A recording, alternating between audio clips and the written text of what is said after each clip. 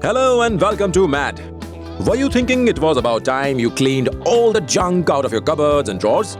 Just hold on, don't throw anything away yet, because you might be saving on some real treasure.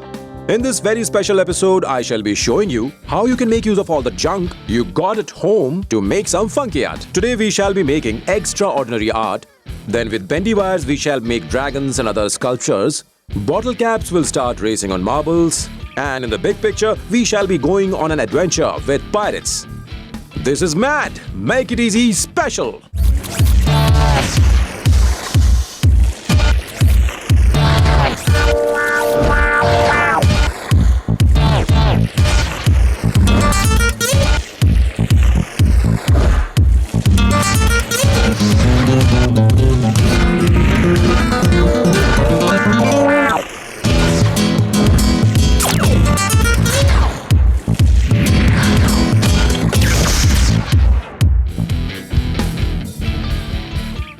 Hey guys, I was feeling a little hungry, so I thought let me have something.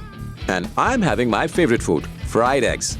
And as you can see, I haven't thrown away my eggshells. That's because we are on M.A.D, and on M.A.D we recycle everything. You might remember, I had used eggshells to create egg characters. But of course, for that I had used the entire eggshell. This time we shall even use the broken pieces of eggshell to make some interesting egg characters. So have a look and come right back. Meanwhile, I'll eat some more. We need energy. Hi friends! Hi Rob! Today we shall be using eggshells to create some extraordinary stuff. Are you ready? Yes. The very first and most important step is to make a little hole in our eggshell. We have to be very careful about this so we don't break the shell. At the same time, we shouldn't make the hole too big. You could ask your mom's help with this one if you like. Now after making the hole, we very carefully get the egg white and the yolk out of the shell. See? Now the eggshell is quite empty. It's a little dirty, so we shall have to wash it really well. And when it is dry, we shall use some of them to make our extraordinary creatures. So first of all, we draw on them with a sketch pen. But what you must remember is that when you are drawing on them, you must not put too much pressure or the eggshell will break. We put in a few more details. Now I'll show you how we can stick some stuff on it too. I've got some blue paper here. And I cut out the shape of a collar like so. We apply some glue and stick it on. Very carefully we stick it on to the egg.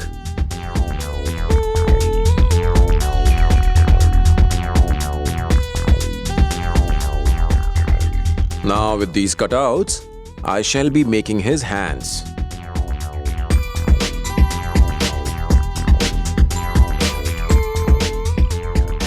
Now we fold the ends here like this and apply our glue and stick it on firmly to the side. Let's give our police inspector some hair. Isn't he looking good? And here I made him a little cap as well. Now we'll quickly make the robber. We punch a hole in the paper for his mask. We stick it on.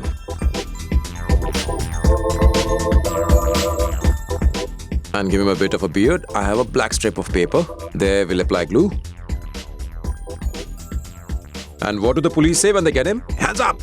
Let's add arms.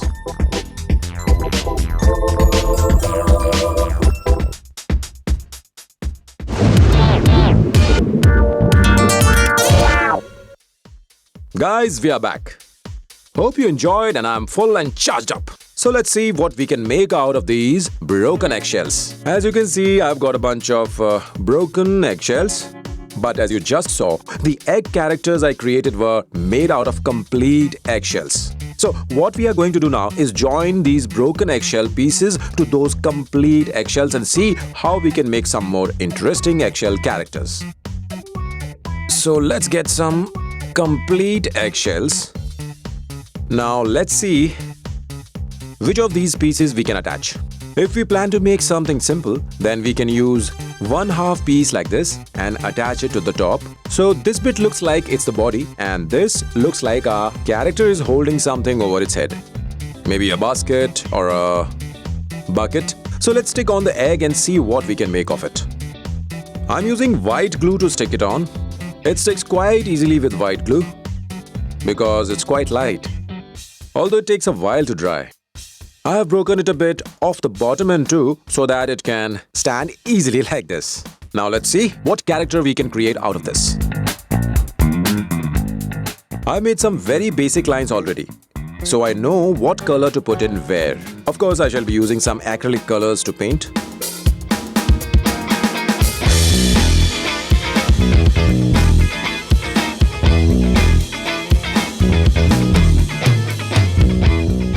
Let's put it aside to dry, and in the meantime, we make the hands and legs.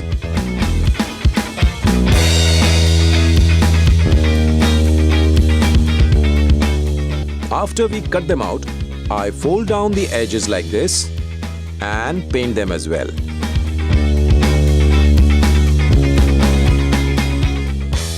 And now taking another small bit, I cut out the legs.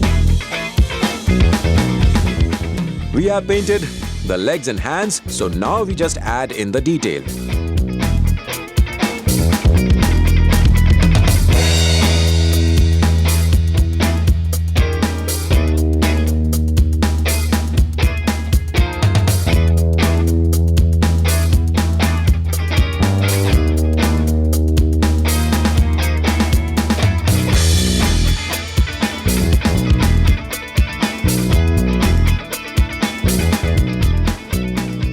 Okay, so now we have attached its hands and legs as well.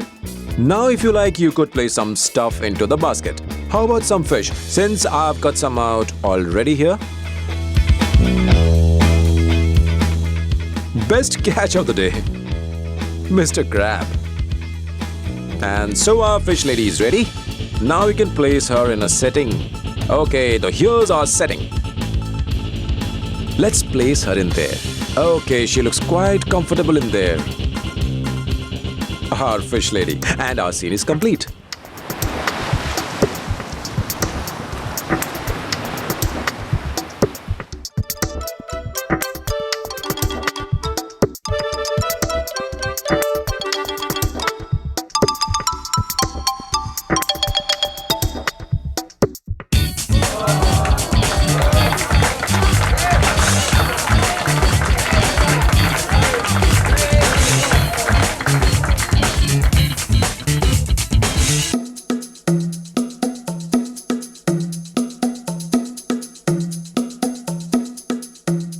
Now you can place your characters wherever you like, but I suggest you don't make them sit on a wall because they might break.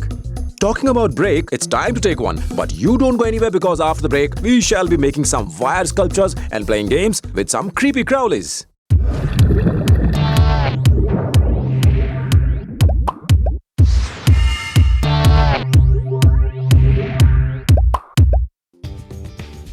I really enjoy working with metal wires because this material is so flexible, you can make just about anything with it. I had shown you how to make wireframe creatures with it, but those were just 2D. Today what I am going to make is 3D. Would you like to see how we can make some more interesting forms out of it? Then watch this and come right back. So shall we start? Yes. Okay. I shall show you what you have to do. From any one point, you take your wire and after that, according to your sketch, you keep bending it along. Actually, the wire is pretty flexible and bends quite easily.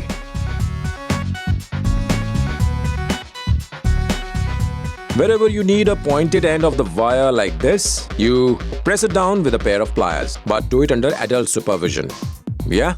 Yes. As in where you've got your wire in its final shape, you can tape it down to hold it firmly in place. So if you observe what I'm doing, I am aligning the wire according to my sketch. So the shape on this side too seems to be in place. What do we do now? Stick it with tape. That's right. The reason I have chosen to make a dragon is because its form is rather interesting. As you can see, its head is very intricate. There are flames coming out of its mouth. It's got horns on its head, scales on its body, and all these things you can make very nicely with wire. Our creature is nearly ready, and the extra bit we've got here, we just chop it off. Now to check it, wherever we have stuck on the tape, we take it off smoothly. And let's see what we have got. We lock the ends nicely into place. Okay, so what we have here is our twisty wire creature, nice and ready. And as you can see, we have got such an interesting creature made out of a single wire. Looks interesting? Yes.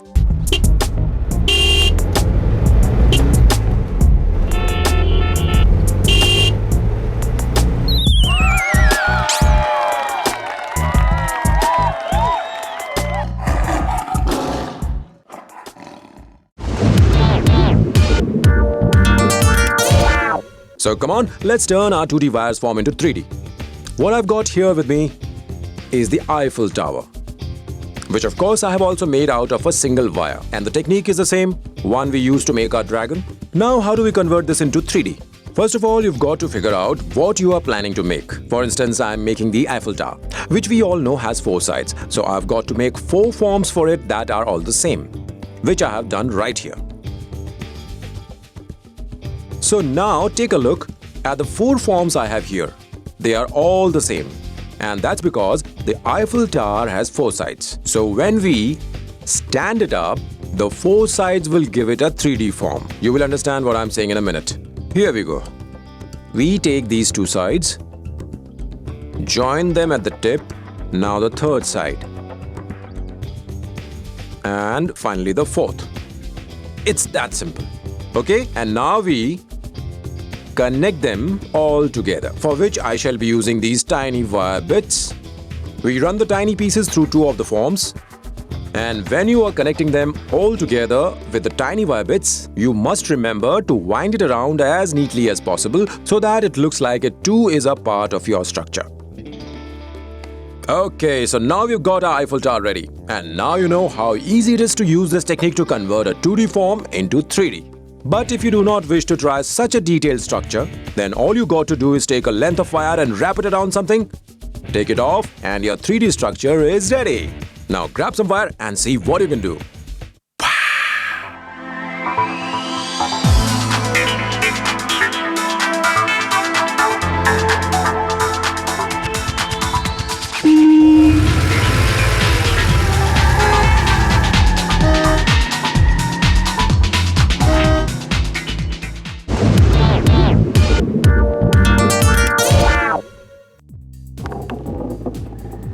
Yay! Brilliant shot! Did you see how we use stuff lying around the house like old glasses, bottle caps and corks to make a game? And imagine you are playing with your friends and each and every marble is a character. They'll be so much fun. I had shown you earlier how to use marbles and bottle caps to make creepy crawlies. Do you remember? No? Well, don't you worry, we'll take a look at it again, but come back quickly. Because with these creepy crawlies, we are going to make a great fun game. So come right back. In the meantime, I shall practice a little more. Next shot, another 100.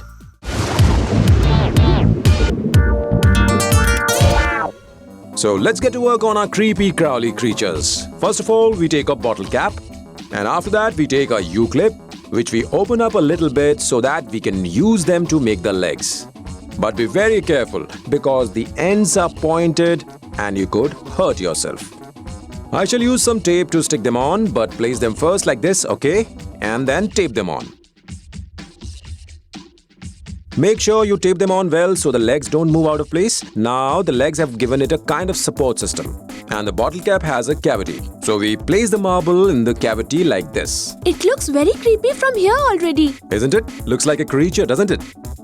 Now I give my creature a base coat so that we disguise the tape and the bottle cap. Now we set it aside to dry for a while, and in the meantime we make the top part of the creature. I'll make a drawing of the body, and now we have our little cutout. We take some paint and stick it on. So can you guess what we have got? Scorpion. Right, and now to make it scales, we make some fan folds. Some tiny little fan folds. We take a brush and with the end we roll it over like this. And then we stick it on. And our scorpion is now ready. So we take our marble and place it underneath, like so. And then we move it around slightly. So do you see how easily it moves? And there we have our creepy crawly creature. Shall we try some more? Okay. Yes, let's try some more. Pass them over.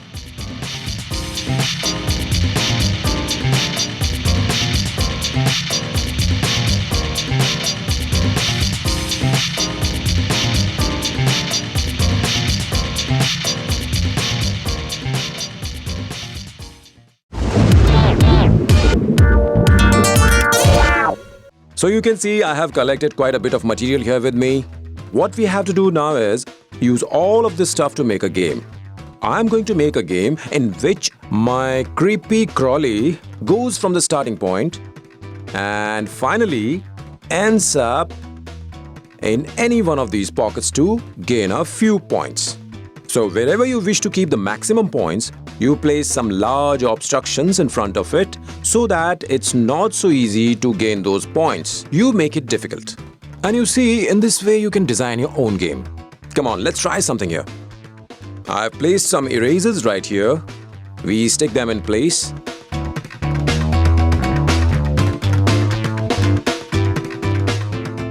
Okay, so I have stuck them onto a mount board. I have used mount board because it is quite thick and stiff. And when you are making your game, whether it is a racetrack or a game of points like this, you will need to give it some height so that you get a slope and your marble can slide down easily. Now let's stick on some more stuff in front of it so it's not too easy to gain those points.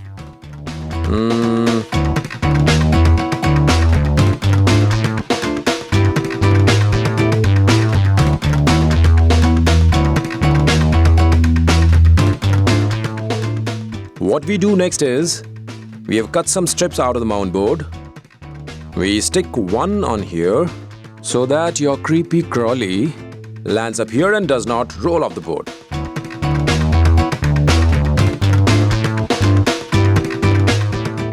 Okay, so we have stuck them on as well. Now I'll show you how we can make this even more interesting. Now this is our start point.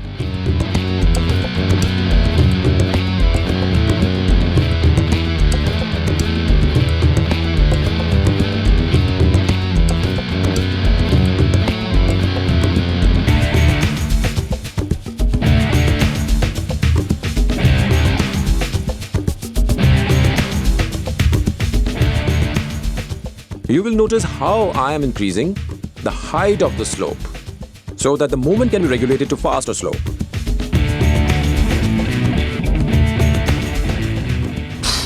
$100, $500, $500, $500, $500, $500. Ah, yes! So you see how with just a marble and a bottle cap we can create such an interesting game. And like I told you, if we paint it nicely, it could look even better. I've painted one already. I'll show it to you. Here's what I've prepared beforehand. As you can see, I have made a whole box out of mount board, given it some height. Now let's see our two little creepy crawlies and see which one can win more points. The ladybug is yours, the spider is mine. 1, 2, 3, go! 0 points because it went into the skull cavity. So no points. Sorry, ladybug. Now let's see how the spider fares. Go for it. Yes!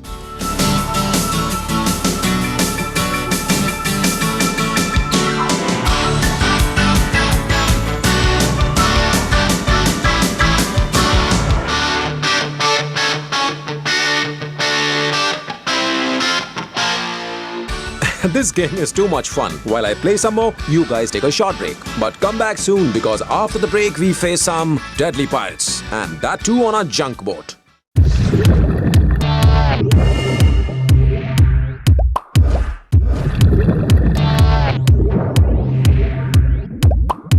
Welcome back. Did you see how I scored 50 points and won the game? And now I'm aiming for 500 points. But for that I shall have to practice a bit more. But that's okay. Soon I will be master of this game. And now I shall be showing you how I mastered the sea in our big picture. Watch. Let's win 500 points.